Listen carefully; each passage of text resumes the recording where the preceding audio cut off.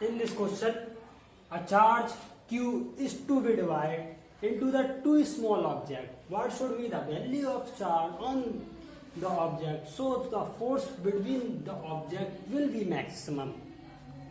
Mean यहाँ पर एक चार्ज है Q, इसको दो पार्ट में डिवाइड कर दिया, तो उन्होंने पूछा बस इतना कि इसको कितने मतलब ऑब्जेक्ट की क्वांटिटी क्या होनी चाहिए, जिसको एक चार्ज को दो पार्ट में बांटा है तो दूसरे चार्ज की क्वांटिटी क्या होना चाहिए कि इसका फोर्स मैक्सिमम रहे, बस ये पूछा।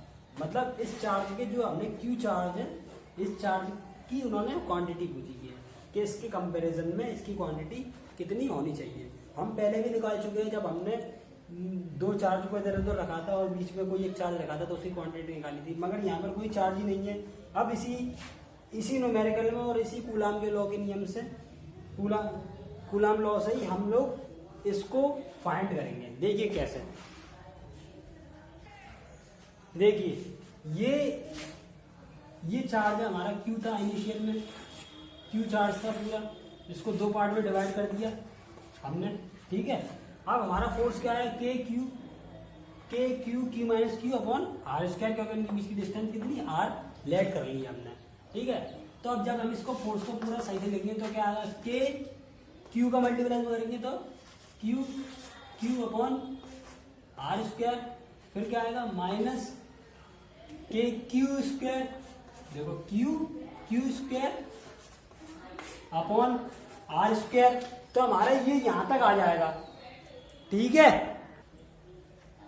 अब इसके बाद मैं तुम लोग एक चीज बताऊं, बस मेन पॉइंट, जब भी हम किसी चीज का इंटीग्रेशन करते हैं तो वो इंटीग्रेशन करने के बाद क्वांटिटी जीरो हो जाती है, क्योंकि इस तरीके से देखिए डी एफ हमने करा डी क्यू की रेस्पेक्ट में इंटीग्रेशन, तो हमारा ये जीरो हो जाएगा अकॉर्डिंग टू मैथमेटिक्स, क्योंकि ये हमें, अगर हमारी ये लेंथ है यहाँ पर लेंथ होती तो हमें ये एरिया देता, लेंथ में एरिया जीरो होता तो इसलिए ये जीरो हो जाता। इसी तरीके से इंटीग्रेशन की फॉर्म होती है मैथमेटिक्स में, तो हमारा D F upon D Q क्या हो जाएगा जब इसका इंटीग्रेशन करेंगे, जीरो। तो इसी तरीके से हम इसको यहाँ पर इंटीग्रेशन करते हैं, D F upon D Q, D upon D Q that will be equal to zero, K Q upon R square minus K Q square upon R square that will be equal to. जब हम इसको Q के respect में integrate करेंगे तो देखिए क्या आएगा, यहाँ पर के क्यू, ठीक है, क्योंकि और फिर उसके बाद अपॉन आर स्क्वायर, क्योंकि ये सब कॉन्स्टेंट है बाहर आ गए। फिर इसका करेंगे minus two K Q upon R square is equal to zero. अब ये निगेटिव की चीज इधर पॉजिटिव में जाएगी तो क्या आएगा, K Q upon R square minus मतलब equal to K Q upon R square से आर स्क्वायर कैंसिल, के से के कैंसिल, तो क्यू इक्वल टू कितना आया 2q, और यहाँ पर फाइनल कितना आया, Q will be equal to Q upon 2। मतलब हमारा फोर्स मैक्सिमम जब होगा जब हम चार्ज को इक्वल टू पार्ट्स में डिवाइड करेंगे। ये क्या है, q बाई 2, मतलब एक दो आधे भागों में बांट देंगे, दो पार्ट में डिवाइड करेंगे जो इक्वल पार्ट होंगे, तब हमारा फोर्स उन दोनों चार्ज के बीच मैक्सिमम होगा। अब तक हम अपने पिछले चैप्टर में पढ़ चुके हैं दो charge, more than two charge, उस पर फोर्स की स्टडी और न्यूमेरिकल वगैरह हम सॉल्व कर चुके हैं। अब देखते हैं ये चार्ज रॉड पर, जब कोई रॉड चार्ज है तो वो किसी चार्ज पर कितना फोर्स अप्लाई करेगी। मीन कोई वायर वगैरह होते हैं तो और दूर कहीं चार्ज है कोई रखा हुआ तो उस पर कितना फोर्स अप्लाइड होगा।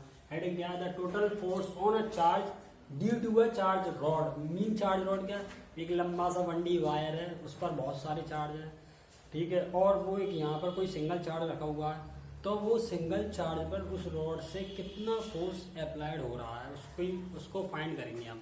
ठीक है, तो सबसे पहले देखते हैं। देखिए ये एक रॉड है, इसकी लेंथ L है, ये इस चार्ज से A डिस्टेंस पर है। A डिस्टेंस पर होने के बाद ये इस पर कुछ फोर्स लगाती है, मीन या तो अट्रैक्ट करती है या रिपेल करती है, कुछ भी कर सकती है। अगर चार्ज सेम हुए तो अट्रैक्ट करेगी और चार्ज अपोजिट हुए तो रिपेल करेगी। ठीक है, तो अब ये इस पर कितना फोर्स अप्लाइड करेगी उसके बारे में बताते हैं। सबसे पहले मान लिया कोई हम एक एलिमेंट ले लेते हैं इस रॉड पर।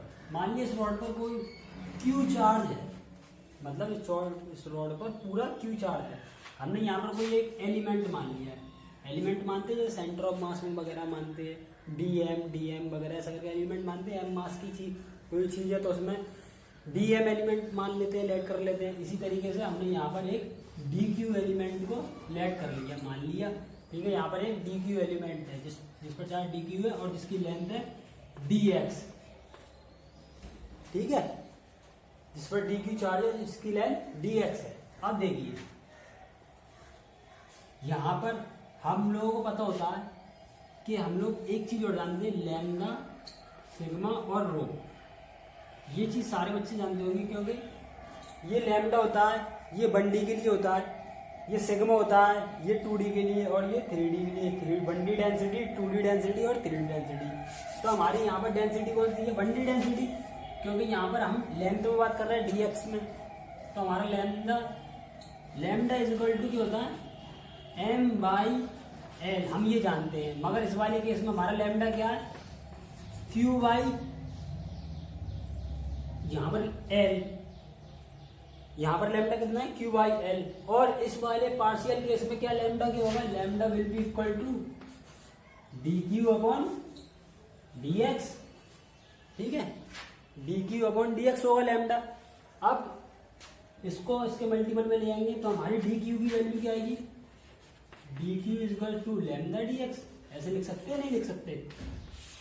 ठीक है, अब मान लेते हैं कि ये एक दूसरे को अट्रैक्ट कर रहे हैं। ये मतलब ये इसको अपनी तरफ अट्रैक्ट कर रहा है ये वाला, और ये इसको अपनी तरफ अट्रैक्ट कर रहा है। तो हमने कूलाम का जो फोर्स निकालने के लिए फॉर्मूला है उसको लिखते हैं। F is equal to K Q1 Q2 upon R²।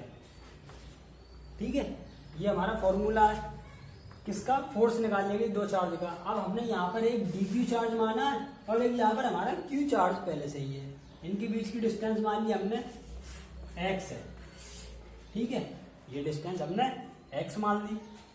तो फिर हम इस सारी वैल्यू पुट कर देते हैं, DQ, Q और x। इसको जब हम पुट करेंगे तो इस फॉर्मूले में देखिए कैसा आएगा। F is equal to K Q DQ upon x²। इनके बीच की डिस्टेंस कितनी है? x²। ठीक है, अब देखिए इस को हम इधर यहाँ पर सेपरेट करके DQ की वैल्यू इसमें पुट कर देंगे। ठीक है, F is equal to K Q DQ की वैल्यू क्या है? लैम्डा dx अपॉन पूरी ओवरऑल x²। ठीक है, अब इसको सेपरेट करेंगे। F is equal to K Q lambda integration dx upon x²। अब देखिए मैं आपको एक बात बताता हूँ, यहाँ पर ये एलिमेंट जो मैंने माना है, लेट करा है, मैं इसको यहाँ पर भी लेट कर सकता था, यहाँ पर भी लेट कर सकता था, ना यहाँ पर भी लेट कर सकता था। तो इस वाले चार्ज में, इस वाले चार्ज से और इन सारे चार्जों की डिस्टेंस कुछ भी हो सकती है। जैसे A से स्टार्ट हुई है और A से L तक हो सकती है। हम एलिमेंट कहीं पर भी मान सकते हैं, क्योंकि सारे एलिमेंट इस पर फोर्स लगा रहे हैं। तो हम एक तरीके से लिमिट ले लेते हैं, कहाँ से? A से लेके A प्लस L तक। पूरी डिस्टेंस कितनी हुई? A प्लस L तक, यहाँ तक हो सकता है। तो इसी तरीके से लिमिट हमारी क्या आएगी? A से लेकर A प्लस L तक। ठीक है, ये हमारी लिमिट आ गई। अब इसको इंटीग्रेट करेंगे हम। देखिए जब इसको इंटीग्रेट करेंगे तो क्या आएगा? F is equal to K lambda Q A से, जब इसको इंटीग्रेट करेंगे तो ये -1/L एक्स आएगा, ठीक है, -1/x आएगा। और कहां से, ए से लेके ए प्लस एल तक लिमिट होगी हमारी।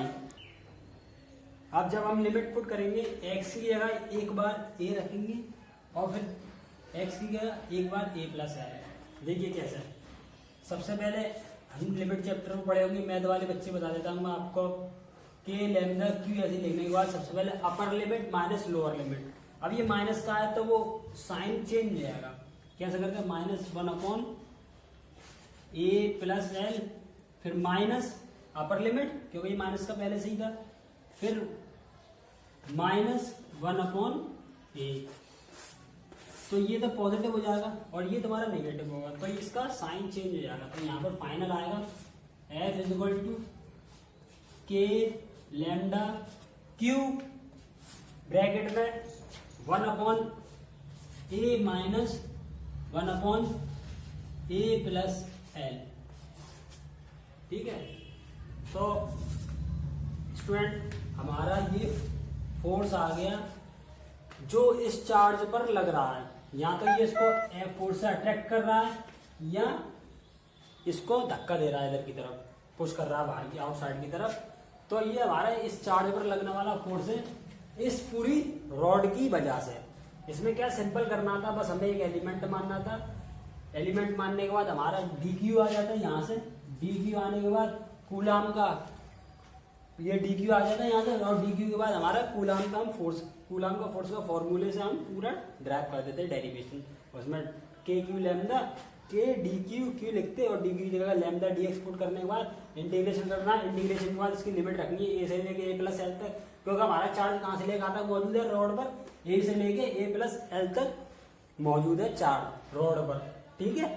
तो ये हमारा फाइनल फॉर्म हो गया, आप देख लीजिए और इस तरीके के क्वेश्चन वगैरह और सॉल्व कर लीजिए। Subscribe my channel and hit the like button.